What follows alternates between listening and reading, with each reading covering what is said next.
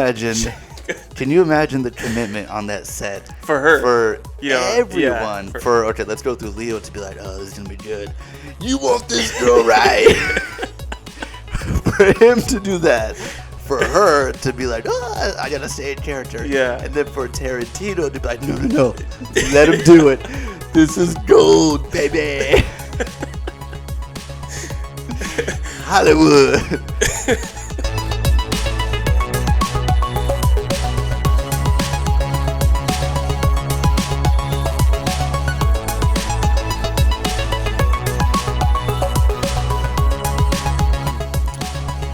Hello and welcome to the premiere episode of The Goods with your host, Kyle McLemore. Alex Duarte. That's right. Today we'll be bringing you the feature film Django Unchained, made in 2012. It's actually funny, I was looking up when it was made. 2012, we're coming up on the pretty much 10-year anniversary. We're a little bit early because it came out in December. So Right. a couple months early, but we'll call it the 10-year anniversary review. We're just a little excited. We couldn't wait for the official month, but close enough to 10 years. 9 and some change. Yeah, so Django, here we go. What'd you think? I love it. All right. Well, there you go. And that's been the good. It's just simple as that. No, yeah, I think it goes without saying. Yeah, I liked it as well. I think it's super Great. good. I've been actually dying to ask you this. So far, out of his career, he's made 9 films. I believe he plans to stop at 10. If you I had hope to, not. not I as well. Fingers I think crossed. it's actually a little bit more if you want to count he did technically Grindhouse and stuff. So it's probably, but Yeah. So out of the 9 so far, where would you rank it on the list? It's, damn, I want to say I'll give it 2. Like number 2? Like, if Like- 1 is the top. What would you put as 1 then? What beats Django? Me, personally, I want to give it to Inglourious Bastards, Okay, that's a fair one. you know? I feel like that's definitely, I don't know, he killed it with that one. So just so that we're not leaving it out, and I think I could do it from memory. And Let me see if I can do it by heart. So I think it's out of the 9. Let me see if I can do it. Reservoir, Pulp. I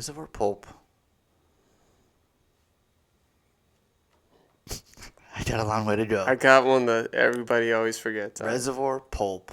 The one that everyone forgets is Jackie, right? Mhm. Jackie Brown. Damn, that's only 3. Why am I? Are you trying to go in I'm totally- order of production, as they published it? Or I are you was. That's what's throwing me. All right, so I already peed. So here we go. Reservoir, Pulp, Jackie, Kill Bill 1, Kill Bill 2. That brings us to 5. And then there's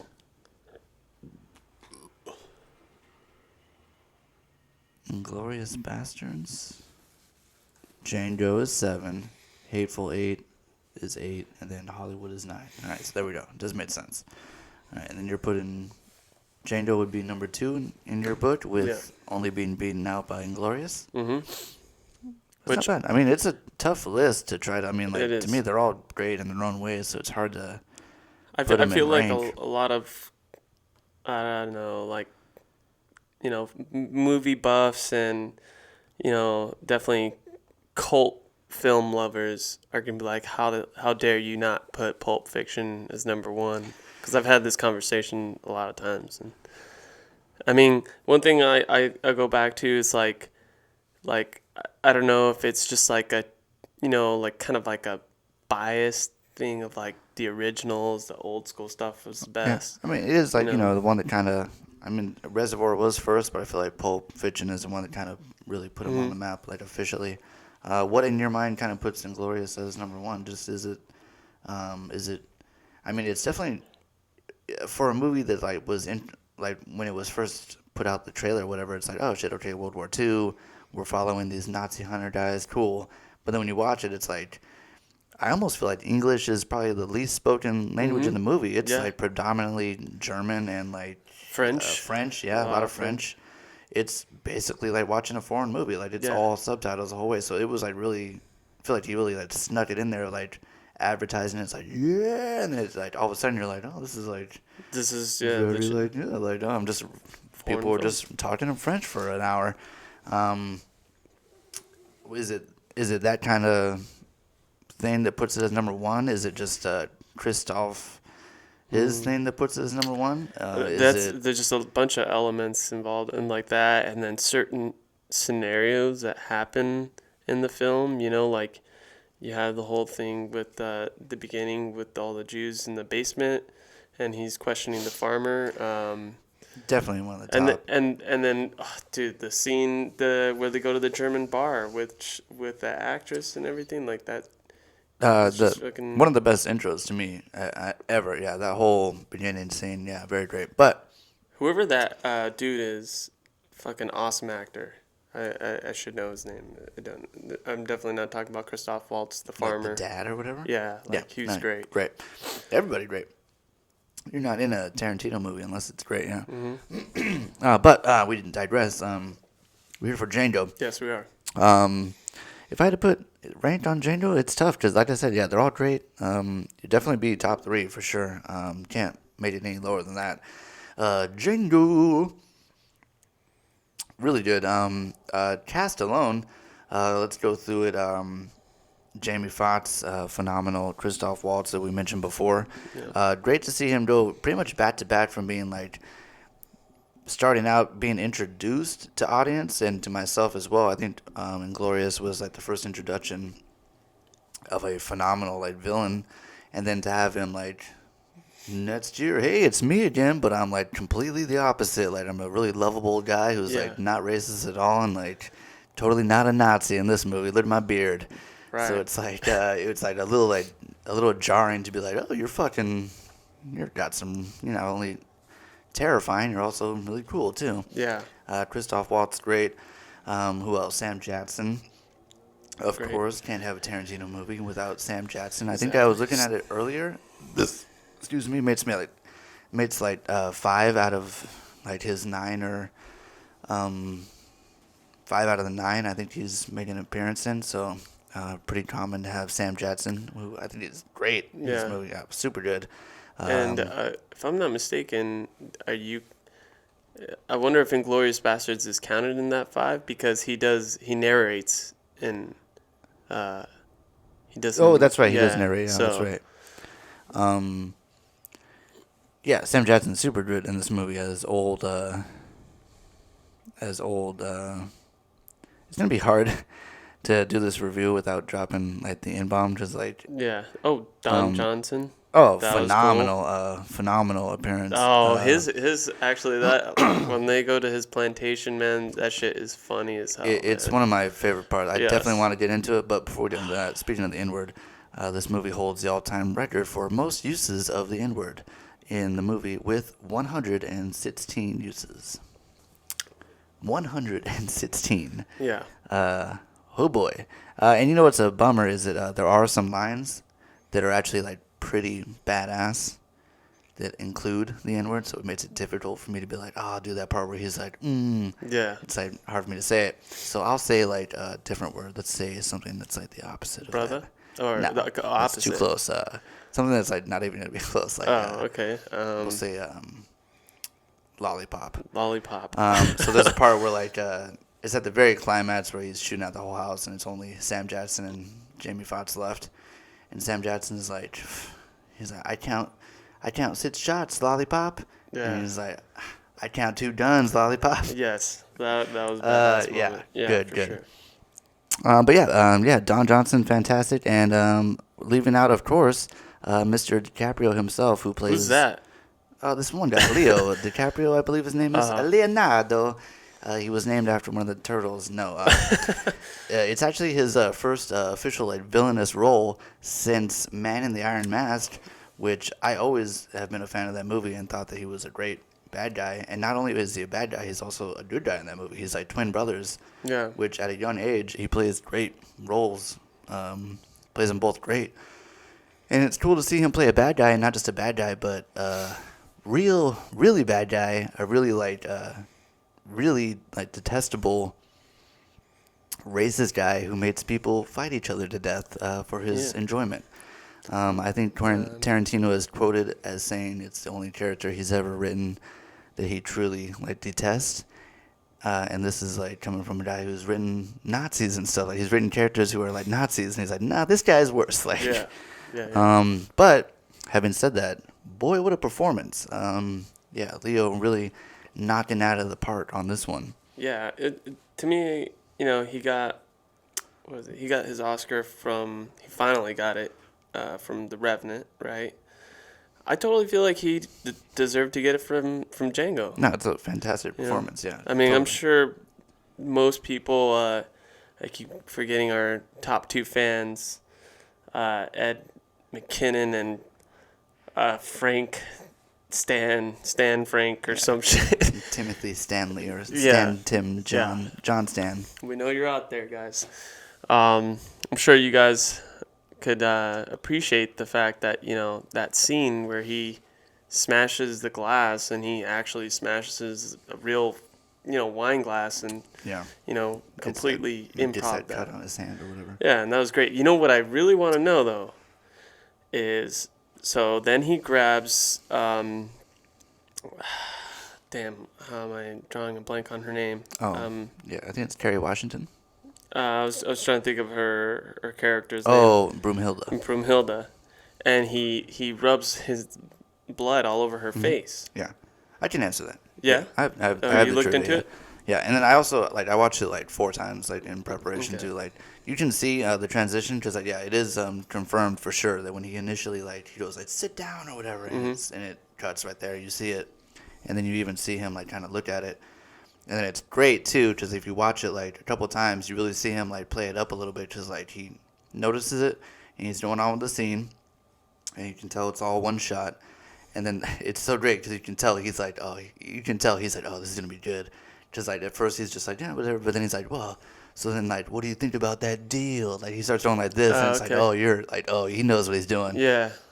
So I guess they did that shot, cut, and I guess everybody was oh, okay, they were losing their shit. And then that's when they were what would be kind of cool in the next scene is if he was hardcore and was rubbing the blood, and they were that would be cool. They bandaged it, fixed it. That part is fake, where it's rubbing on. Oh, okay. And you can see it too.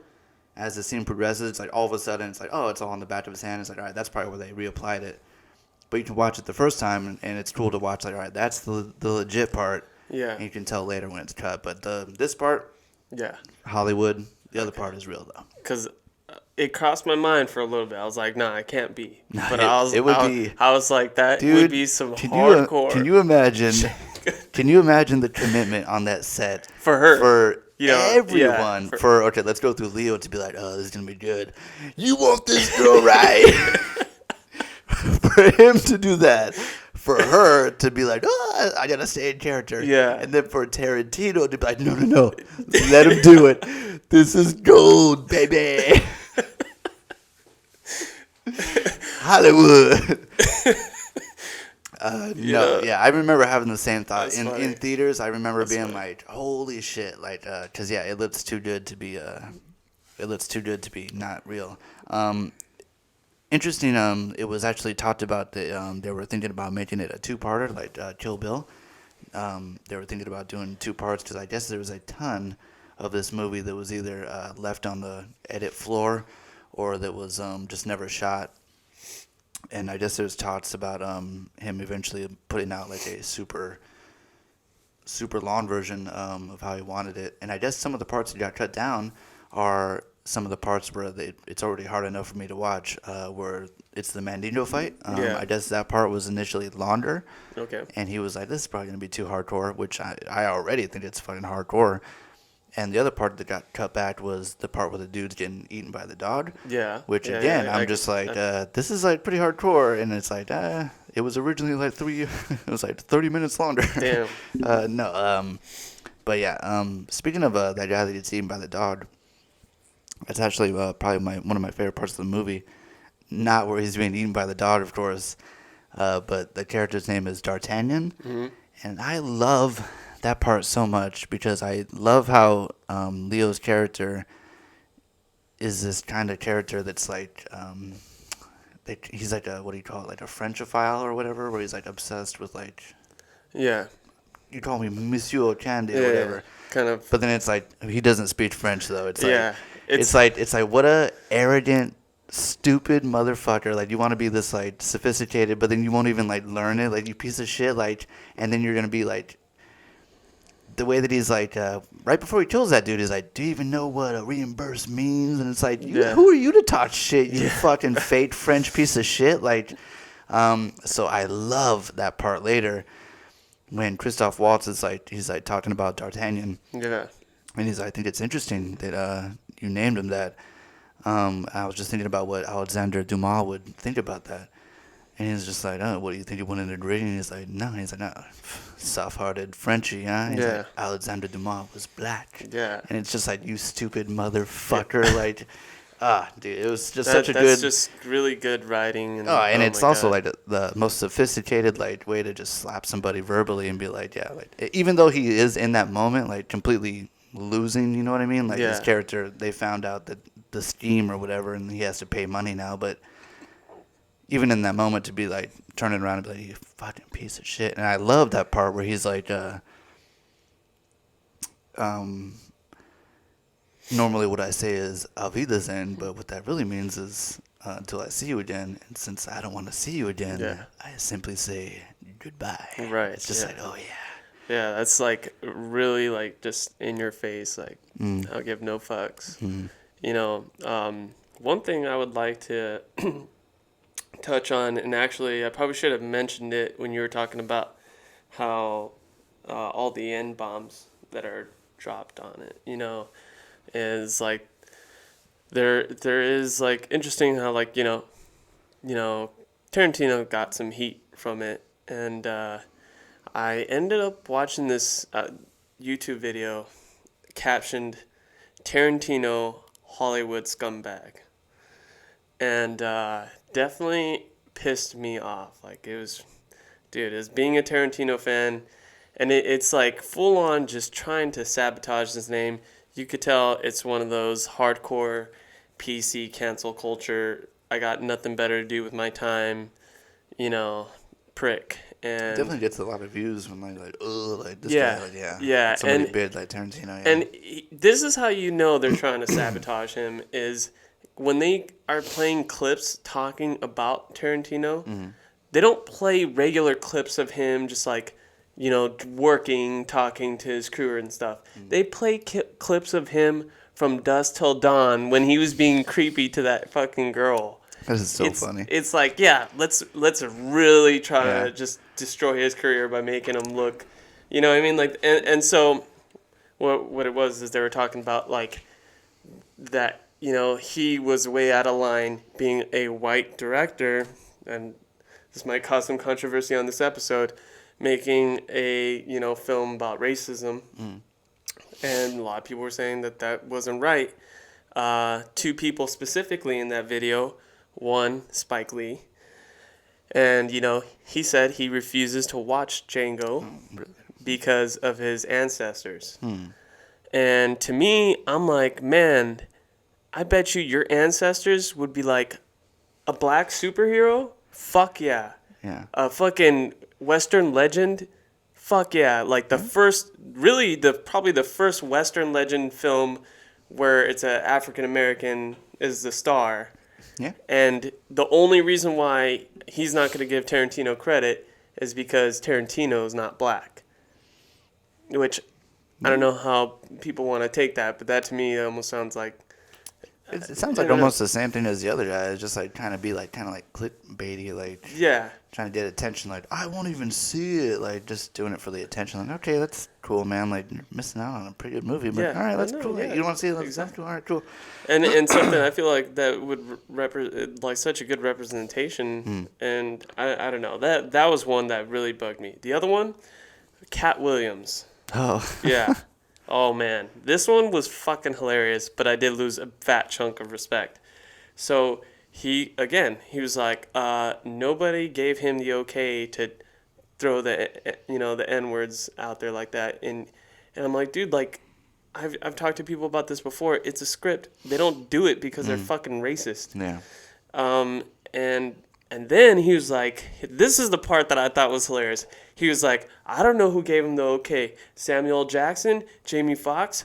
I don't know who did it, but they better step out of my way when I see him. I'm like, dog, you are like a child to them. You are so tiny. They can both probably whip your ass. Why are you trying to, like, you know? And then the other thing, I think it's more like about like, I think it's just about like, it's almost like, it's just the time that it was set in. It was set in a certain time, and that's just the way it was at that time. Like, it's just.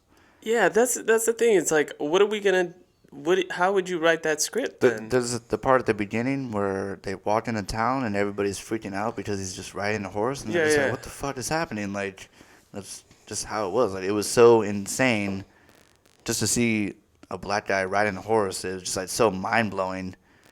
Exactly. That's just how it was. That was it actually. The time that it is set in is like, it's a couple years even before the Civil War was supposed to take place. So it's like theoretically, like, even I guess like the peak of horribleness for like racism and like slavery and stuff. So it should be like, yeah, of course there's gonna be the all-time record for N-words in a movie because it's like at the peak of the worst time in like one of America's histories, I think. Like, yeah, so it's expected to have that kind of language in a time period movie. So right. I don't think it was done. Yeah, I don't think he has like a secret agenda to like, I made this movie just so I can finally use the N-word. Yeah, no, exactly. I got to write myself as that Australian guy at the end. You know, I'm just gonna go as far as to say that I think, for one, I think Spike Lee is jealous that he didn't make a film like that, and that's how I feel. Like, personally, that's why I say it feels clickbaity, because it's like Spike Lee and Cat Williams. Yeah. But I mean, it's not them saying, it's literally them actually saying it themselves. But yes, it does sound like a very clickbaity thing. But I mean, it definitely bothered me. I'm like, man, like, he's doing something really cool, and instead of giving him props, you're giving him shit and trying to make him look like a racist, which is crazy. I don't even. I'm surprised. I don't even know what Cat Williams is doing today. But it's interesting. There's a lot of roles that were specifically written for people. Like Leo's role was written like specifically with him in mind. Same with Sam Jackson. He wrote it like specifically with him in mind. When it comes to Django, it was actually specifically written with Will Smith in mind. That was Tarantino's like original vision. Yeah. And when I was watching it, I tried to watch it through the lens of like thinking of it as like Will Smith. And I can completely, like, if you watch it back and just try to picture Will Smith, 100%, I can 1,000% see Will Smith in that movie. Not only playing it, but, like, crushing it just as hard as Jamie Foxx. And I guess, like, I've read interviews and stuff where he says that, like, he just didn't vibe with it. He just didn't feel like it was for him. He said this one, it was like a quote where he says that he didn't feel like it was the main character. He didn't feel like Django was the main character. And he was like, I got to be the main character. It's my deal. Like, I got to be the main character. Or something like that. Okay. So that's why he passed, which is interesting because it's like, and we talked again about it. The dude's only made 9 movies so far, and as far as I can tell, he's 9 for 9. Like, he doesn't miss. Yeah. So to pass on a dude who doesn't miss is like pretty hardcore. But I mean, like, if anyone is allowed to pass on whatever the fuck they want, it's Will Smith. I mean, he's kind of. Yeah. It's like he's okay to pass, like, even if it's the biggest deal. But it's just interesting. It's like, the only thing that comes to mind, I mean, I'm not Will Smith, and I can't even imagine what goes through his mind, but maybe because he's done Wild Wild West already, and maybe there would have been a little bit of like, okay, Wild Wild West too, like. Yeah, I can that's kind of see that. That's the only thing that kind of popped in my universe of like, maybe that's why he passed. Like, I've already been in that Western universe. I don't know.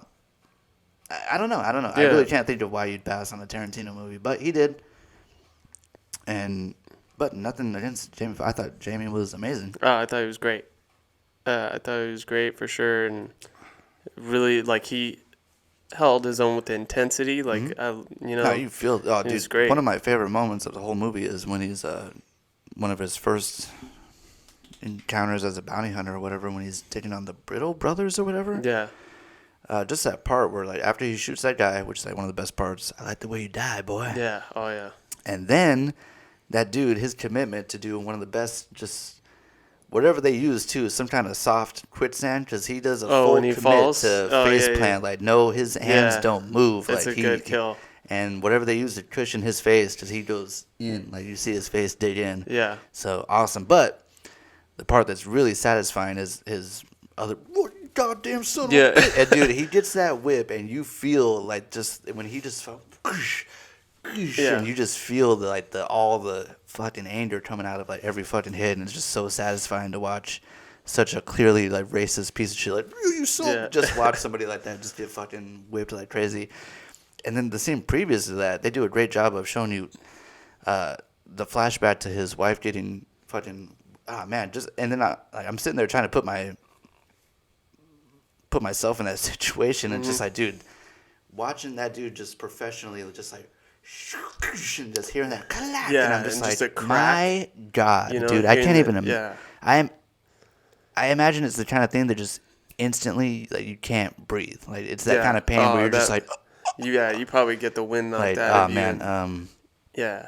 insane. But yeah, it just kind of crazy to me that Will Smith would pass. Another crazy interesting thing that I found out, the whole dentist cart thing, his wagon. Yeah. The whole reason that is even in the movie at all is because I guess Christoph Waltz had a accident. He like fell off of a horse or something early in filming, and like injured his hip or like pelvic bone or something, and he couldn't ride a horse, so they had to have him on a cart. That's why they made the whole dentist wagon thing. That's why that was written in. Okay. And I guess it took like pretty minimal changes to the script. It's just like, all right, he just has a wagon now. And I thought, I was like, oh, because when they blew it up, I was just like, it always kind of like, I was just like, you just blew up your wagon, just like, no big deal. Like, yeah. like, I mean, they used it to kill the KKK guys, but Yeah. I just remember when I first saw it, I was just like, oh, you didn't give a fuck about that wagon. But then looking back on like, oh, they just wrote it in real quick, and it's like, what do we do with this wagon? And it's just fucking blow it up. Like, I just thought, and I thought it was cool. It's like, oh, you broke his hip, and it's like, no, why don't we just, have him on this kind of cool wagon with like a tooth on it? Like, Yeah. I love the tooth. Tooth is awesome. so it gives it like an instant, like, you instantly like are kind of like, oh, this guy's kind of quirky. He's got like a springy tooth thing. What's going on with this guy? Like, yeah. Right. And then his whole attitude of talking very formally. Yeah, formal, hardcore. Like This movie makes me want to have like a southern accent so bad, dude. Right. I just want to all the time just be like, hey, don't go down there and go. Yeah, that's one thing. Going back to like when they do the raid, I don't know if you've noticed it. I like now I can't stop every time I watch that scene when they're all running down the mountain or the hill with their horses, and there's one dude who eats shit. Do you know what I'm talking about? I'd have to go back. Yeah, you get like, I'm telling you, and I'm like 100% sure that was not supposed to happen. They put a big old thing at the end of the movie. That the first thing that pops up after it says like directed by. No, I think even before it says like directed by, it says like no animals were harmed in the making of this movie. Like, Yeah. So Right. maybe the dude ate shit, but the horse must have been okay. Yeah, Like, probably. And but yeah, like I just like keep watching. I'm like, man, like they probably, because it probably took so much coordination, and there's probably something they don't want to have to shoot over and over again. I mean, you think about like what is it like?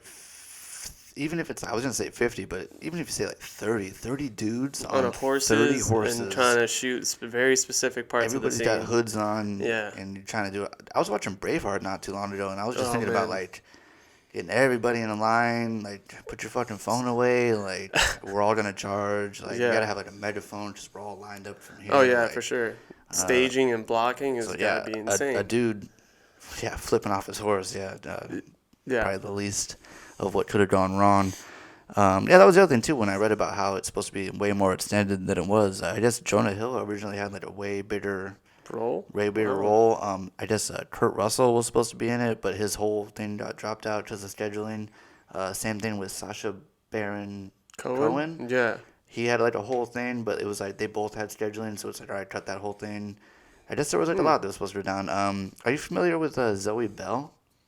That sounds really familiar. Yeah. All right, so Death Proof, she's the girl that rides on the hood. Yeah. He's used her in a lot. She was originally the stunt woman for Uma in Kill Bill. Okay. And she kind of got a little bit of notoriety because Tarantino always uses her.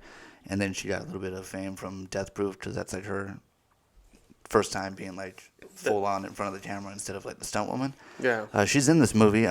If you can spot her, she has like a bandana. She's like one of the people who are like the dog people or whatever. You can tell it's her.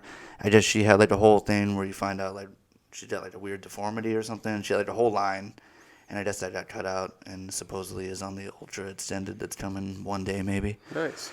It'd be cool to see if they kind of like with Hateful Eight, they did the pretty much like mini series. Made it like a season, yeah. Yeah.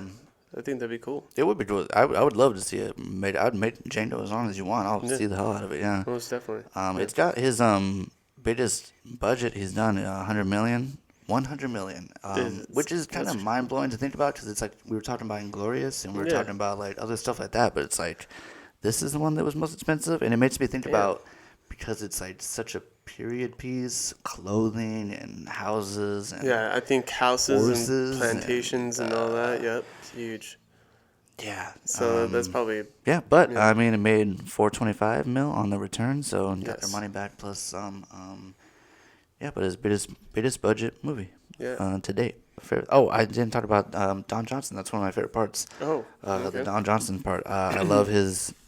I mean, you talked about me wanting to have a Southern accent. I wish I could duplicate his perfectly because he's got that perfect. That kind of Southern accent where he also goes kind of high in his voice too. Where like, well, come on in here and get something to drink. Oh, I love that part. So good.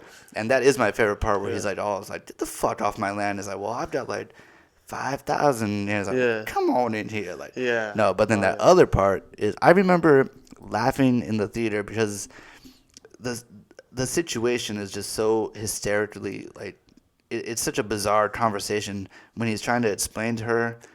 Like that Django's like free, like he has to like, explain to her like how to treat Django or whatever. Yeah. Like I forget what he says. He's like, because she's like, you want me to treat him like white folk? Oh, that's what it is. Yeah, he's like, now you have to understand, like Django here's a free man. He's like, oh, so you want me to treat him like white folk? And he's like, no. He's like, that's not what I said. That is not what I said. Like, don't you even dare. Like, whoa. And then he's like, like, oh, Jimmy or whatever. Yeah, well, there you go. You just treat him like Jimmy. Like, I just love how he just like trying to like the weirdness of just like, all right, you're free, but like and then how he's just like, whoa, don't you know?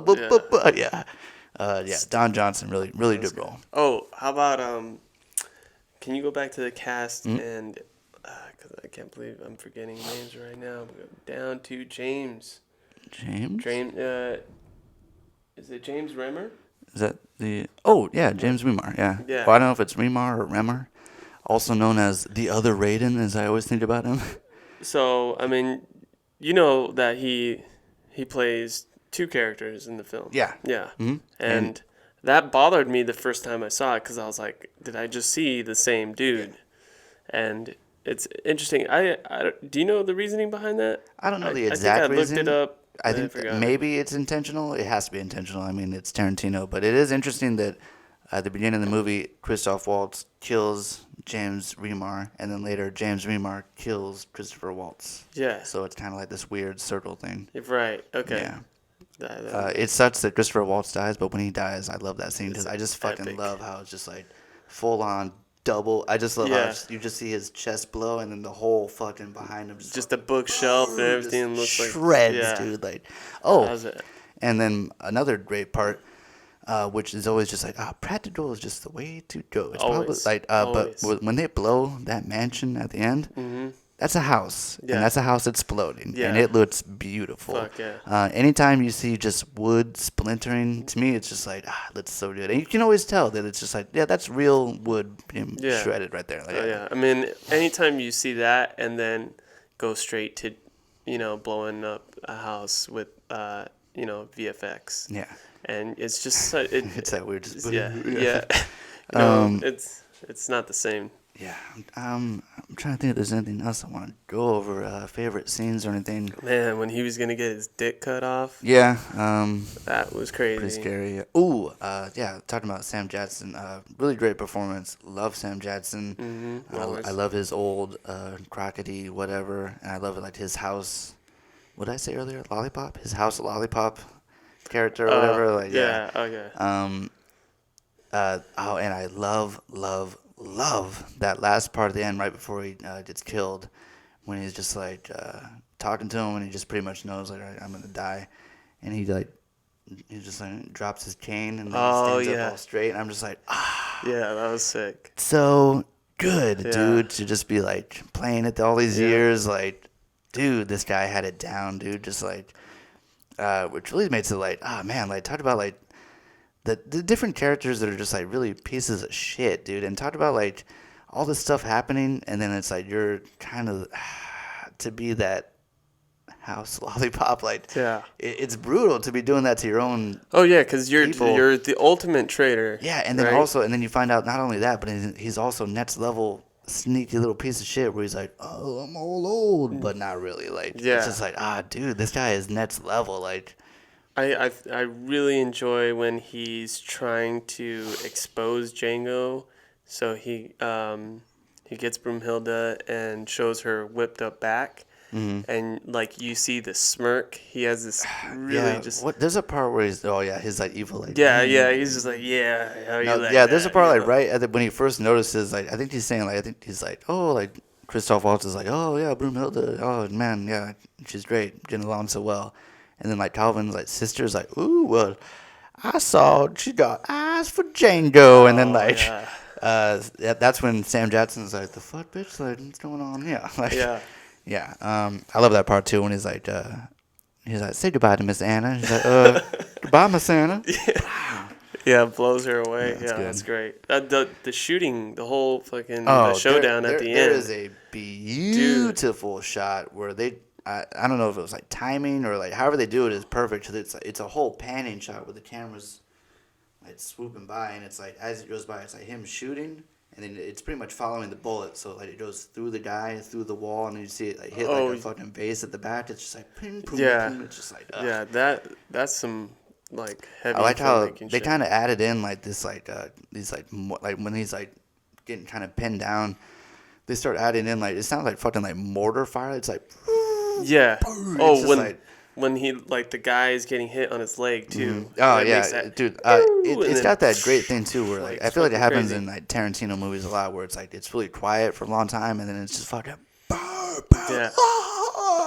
it just like the volume fucking explodes out of nowhere. Like that's a really good shooting scene. Like that's the whole part. The whole part. Yeah. And then I love how he like when he gives himself up, and they play Freedom from Woodstock, and not even the studio version, the actual Woodstock version. That's so badass. I love that too. When the shootout first starts, his that piece of shit lawyer guy is the one that like he's like screaming for like an hour. Like it's just like really satisfying. Like like, this piece of shit lawyer of this piece of shit guy is getting really fucked up. It's good. Yeah, that dude was shit. Yeah, I think it's safe to say that we both enjoyed the movie. Yeah. Is there anything? I mean, we never talked about the cameo of. Oh yeah, the cameo of the real Django. Yeah. Nero. I kind of feel like a dick because I don't have his name here, but it's like. Isn't he French? It's Nero something. Yeah. No, he's Italian, I think. Oh shit. Okay. Yeah, his cameo is very cool. Yeah. The original Django. Yeah. Can you spell it? Yeah, right. It's cool, like just paying that tribute. Yeah, music is really good in this movie. Really cool that they use like the original Django. Yeah, I could bump that shit anytime. Yeah. For sure. That shit slaps, yeah. dude. Oh yeah. Also, and then you get like Tupac in there too. No, there's a really cool mix of like hip hop, and then there's also it's a lot of music was done by. Let me see if I can say his name. Like it's like Maricon or something like that. Inicio Maricon. He did like all the music for like Good, Bad, and the Ugly and stuff like that. Okay. And, like, he did like all like the classic, all the classic Western music. Oh, okay. Oh, yeah. He's like known for his. He did the spaghetti music Western on this as well. Yeah. Okay. Anytime you hear that hip hop, it's him. No, I'm kidding. Phenomenal music. there's so many shots where they're just walking and it's just like, oh, it's fucking beautiful. Yeah. I love. There's so many times when classic Tarantino move of just like the fucking the zoom, you know. Oh yeah. Yeah, love it. Yeah, great movie. It's a crash zoom. It's I think he uses it.